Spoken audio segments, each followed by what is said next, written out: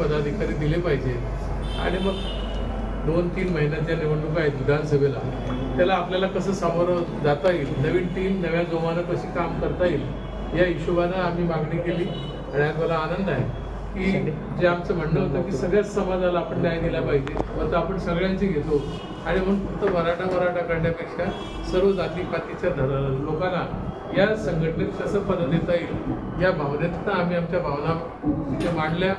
आमचे नेते त्यावेळेला गृहमंत्री आणि देशमुख यांनी देखील समन्वयक नियुक्ती झाल्यावर त्यावेळेला भेट दिली, आमच्या सगळ्यांशी चर्चा केली.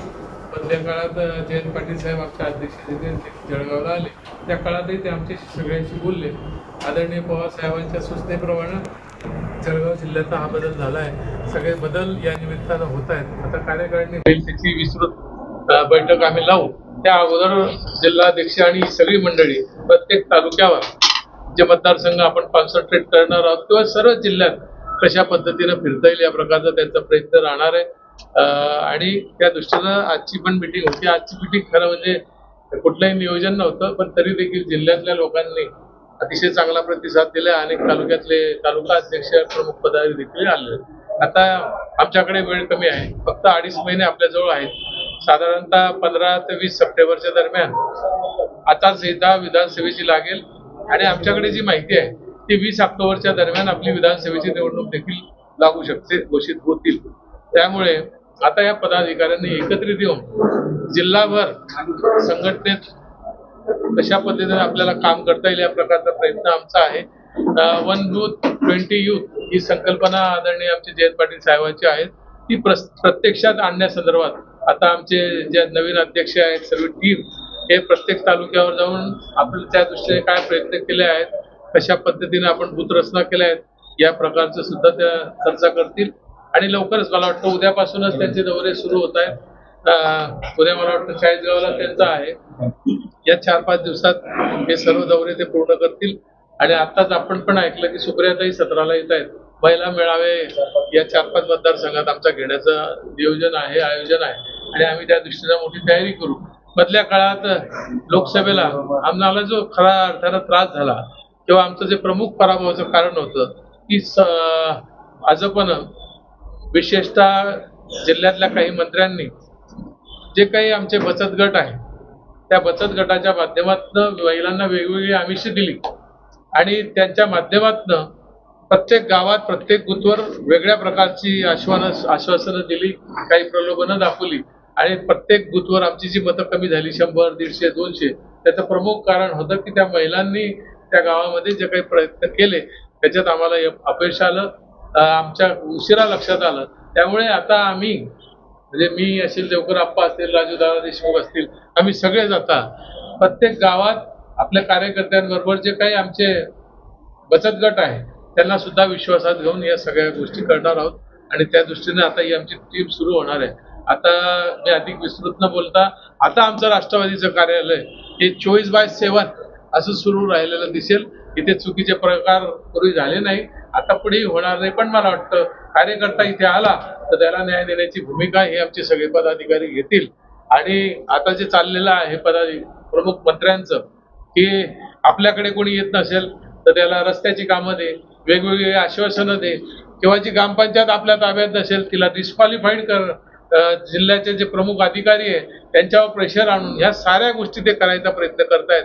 आणि म्हणून ह्या साऱ्या गोष्टी आम्हाला लोकांसमोर आणायच्या आहेत. वेळ प्रसंगी जिल्हाधिकारी असेल, SP असेल, हे जे प्रमुख जिल्हा परिषद असेल तिथे आम्हाला आंदोलन देखील करावं लागतील. या गोष्टी त्यांना आणून पाडाव्या लागतील आणि आता कार्यकर्ता थांबणार नाही. या 2-2.5 महिन्यात आदरणीय पवार साहेबांचं जे चिन्ह आहे तुतारी वाजणारा माणूस हे घराघरात पोहोचवण्याचा आमचा प्रयत्न आहे. नवीन पदाधिकारी तो प्रयत्न करतील. एवढं या निमित्तानं सांग साहेब 2 मिनिटं बोलतील आणि जिल्ह्यात साहेब कोणते मंत्री जे असं करतायत? आता आपल्या जिल्ह्यात कोणते मंत्री आहेत? 3 मंत्री आहेत. 3 मंत्री आहेत. तिघं करतायत. आता आपल्यालाच माहितीसाठी सांगतो, आमच्याकडे काही लोक प्रवेश करू इच्छित होते, आमच्या स्टेजवर पण आले. दुसऱ्याच दिवशी ते मंत्री महोदय त्यांच्या घरी गेले, त्यांना परत आपल्या तिकडे घेऊन गेले. आता मी नाव पण असे घेऊन कोणाला काही मला मोठं करायचं नाही, पण हा प्रयोग सारखा सातत्याने सुरू आहे. त्यामुळे कोणते मंत्री काय करतात, 3 मंत्री या जिल्ह्याला आहेत. त्याची नावं तुम्हाला सगळे माहिती आहे, कशाला बोलायचं. त्यामुळे आता हे होणार नाही. माझंही या निमित्तानं प्रशासनाला हेच सांगणं आहे आपल्या माध्यमातून की 1-1.5 महिन्यानंतर आचारसंहिता लागणार आहे. चुकीचे कामं करू नका. उद्या सरकार कोणाचंही काळ्या दगडावरची रेग आहे. राज्यात बदल होणारच आहे. महाविकास आघाडीचंच सरकार येणार आहे. आम्ही कुठे राहणार आहोत हे जनताच ठरवणार आहे. तुम्ही कुठे राहणार आहे ते जनता ठरवणार आहे. त्यामुळे आता हे दडपशाहीचं राजकारण, ब्लॅकमेलिंगचं राजकारण थांबवा. झालं पाहिजे. आज राष्ट्रवादी काँग्रेस पक्षाची जिल्ह्याची बैठक आयोजित केलेली होती. नवीन पदाधिकाऱ्यांना त्यांच्या जागेचा, त्यांच्या पदाचा पदभार आजपासून देण्याची सुरुवात झाली.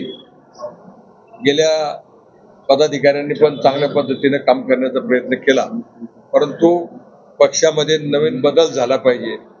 त्या पद्धतीनं नवीन पदाधिकारी पक्षाने राज्याचे वरून ठरवून या ठिकाणी नियुक्ती करण्यात आलेली आहे. सर्व समाजाला न्याय देण्याचा प्रयत्न या पदांच्या माध्यमातून झालेला आहे आणि जी काही पदाधिकारी मंडळी दिलेली आहे सगळे तरुण, तडफदार, उत्साही आहे. त्यांना संघटनेच्या कामाचा अनुभव आहे. अशाच पदाधिकाऱ्यांची नियुक्ती केलेली आहे. प्रमोद बापू महानंदाला पण राज्याचं काम केलेलं आहे. जिल्हा संघावरती आहे. युवकाच्या तालुक्याच्या अध्यक्षीपासून वगैरे आम्हाला संघटनेची सुरुवात केलेली आहे. अनुभवी पदाधिकारी मंडळी आहे आणि त्यामुळे निश्चितपणानं अजून पक्षामध्ये जास्तीचं चांगलं काम करण्याचा प्रयत्न या पदाधिकाऱ्यांच्या माध्यमातून होईल. आता अण्णासाहेबांनी सांगितल्याप्रमाणे 2.5 महिन्यावरती विधानसभेची निवडणूक लागलेली आहे. आम्ही सर्व पद्धतीनं म्हणजे ताकद लावून अतिशय जोमानं प्रत्येक मतदारसंघामध्ये निवडणूक लढवण्याचा प्रयत्न करणार आहेत आणि वातावरण सुद्धा अतिशय चांगलं निर्माण झालेलं आहे. सध्याच्या सरकारच्या माध्यमातून जे काही अपेक्षा होती जनतेची ती लोकांना त्याच्यामध्ये अपेक्षा भंग झालेला आहे. शेतकरी मोठ्या प्रमाणामध्ये नाराज आहे, कारण शेतकऱ्यांच्या मोठ्या प्रमाणामध्ये आत्महत्या होत आहे. आता मी आज धरणगावला निवेदन दिलं, जिथं जास्तीचा पाऊस झाला, ज्या भागामध्ये पिकं पाण्यामध्ये झाकलेली आहेत, पिवळी पडलेली आहेत, 100% नुकसान काही भागामध्ये झालेलं आहे आणि त्याला ताबडतोबीने त्या पिकांचे पंचनामे झाले पाहिजे, त्यांना भरपाई मिळाली पाहिजे शेतकऱ्याला, असं निवेदन आम्ही आजच दिलं. म्हणजे जिल्ह्यामध्ये अशा अनेक तालुक्यांमध्ये अशी परिस्थिती निर्माण झालेली आहे आणि म्हणून शासनाचं दुर्लक्ष या बाबीकडे आहे. अजून कोणत्याही तालुक्यामध्ये पंचनाम्याला सुरुवात झालेली नाहीये. म्हणजे एकीकडे तुम्ही घोषणांचा पाऊस पाडतायत वेगवेगळ्या प्रकारच्या आणि दुसरीकडे शेतकरी हा वंचित ठेवलेला आहे. शेतकरी नाराज झालेला आहे. शेतकऱ्यावरती मोठा अन्याय झालेला आहे. अशा पद्धतीची ही परिस्थिती सध्या आहे आणि म्हणून आम्हाला निश्चितपणानं खात्री आहे की आता सत्तांतर हे 100% होईल आणि जिल्ह्यामध्ये राष्ट्रवादी काँग्रेस पक्ष हा प्रबळ पक्ष म्हणून राहील. चांगल्या जागा आमच्या निवडून येतील. चांगली बदल आम्ही या ठिकाणी आणू. जसं 2009ला 5 राष्ट्रवादीचे आमदार होते, साहेबराव दादा होते, त्या पद्धतीचं चित्र निर्माण करण्याचं काम निश्चितपणानं होईल आणि आता पक्षाचे अध्यक्ष वगैरे त्या पद्धतीने कामाला लागतील. 11 मतदारसंघामध्ये आम्ही 6 ते 7 जागांवरती आमची तयारी आहे.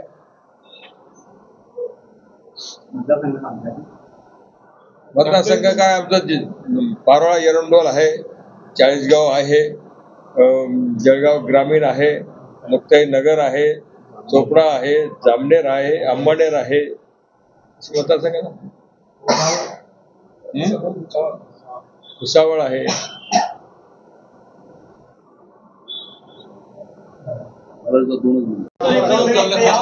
काय सांगणार ग्रामीण जिल्हाध्यक्षपदी निवड करण्यात आली आहे. पक्षाने मोठी जबाबदारी आपल्याला दिलेली आहे.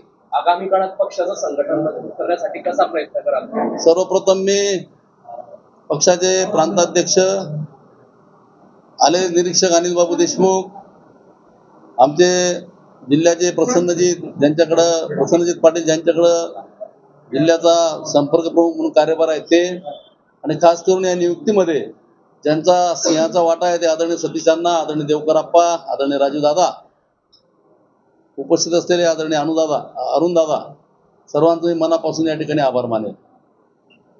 या सर्वांनी प्रयत्न करून माझ्यावर ही जबाबदारी आज मोठ्या विश्वासाने दिलेली आहे. काळ कमी आहे, वेळ कमी आहे, लढाई मोठी आहे. संघटन कैलासवासी विश्वनाथ भाऊ इंगळेंपासून मोरे काका, सतीश अण्णा, देवकरप्पा, युवराज पाटील, रवींद्र भैया, बेलाभाऊ सोनवणे यांनी सांभाळलं. त्यानंतर माझ्यावर ही जबाबदारी आली.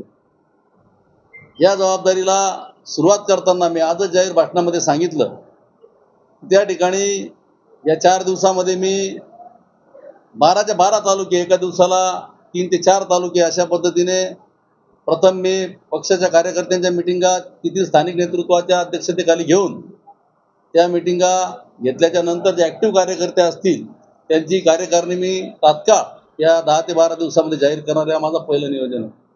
दुसरं नियोजन, संघटनेला पुढे नेत असताना या जिल्ह्यामध्ये जी भारतीय जनता पार्टीची अघोषित दहशत प्रशासनावर आहे तिला मोडीत काढण्यासाठी आमच्या या नेत्यांचं आणि कार्यकर्त्यांच्या माध्यमातून फार मोठं काम करावं लागणार आहे. की ज्या ठिकाणी अक्षरशः कुठल्याही कार्यकर्त्याला, तो ठेकेदार असेल, तो काही व्यापारी असेल, छोटा उद्योजक असेल, प्रत्येकाला त्याचं काम आणलं म्हणजे त्याला त्या ठिकाणी आमच्या पार्टीच्या अशा पद्धतीनं धमकावलं जातं. साधी बांधावरून वाद असेल तरी प्रांतला तहसीलदार सांगितलं it is wrong or right, माझ्या माणसाकडनं निकाल द्या.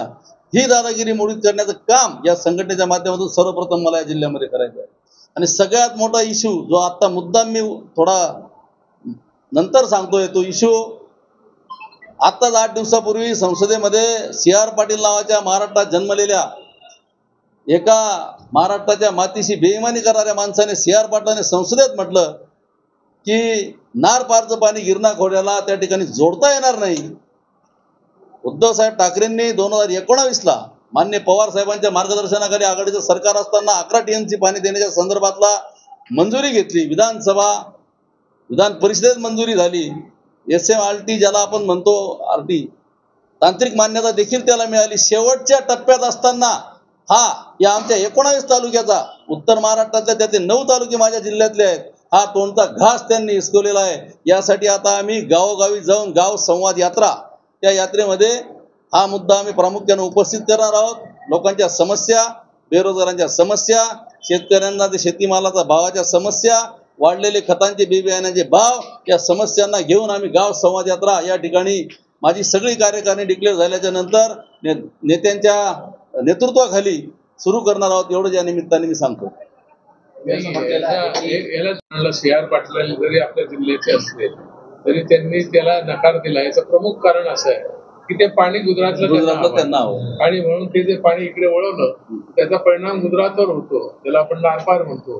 ती नारपारची योजना ही खऱ्या अर्थानं महाराष्ट्रातल्या आपल्या साऱ्या भागाला एक दिशा देणारी आहे. आपल्या सगळ्यांच्या शेतकऱ्यांच्या जीवनामध्ये क्रांती घडवणारी आहे. तो नदी जोडचा प्रकल्प या माध्यमातून होणार होता.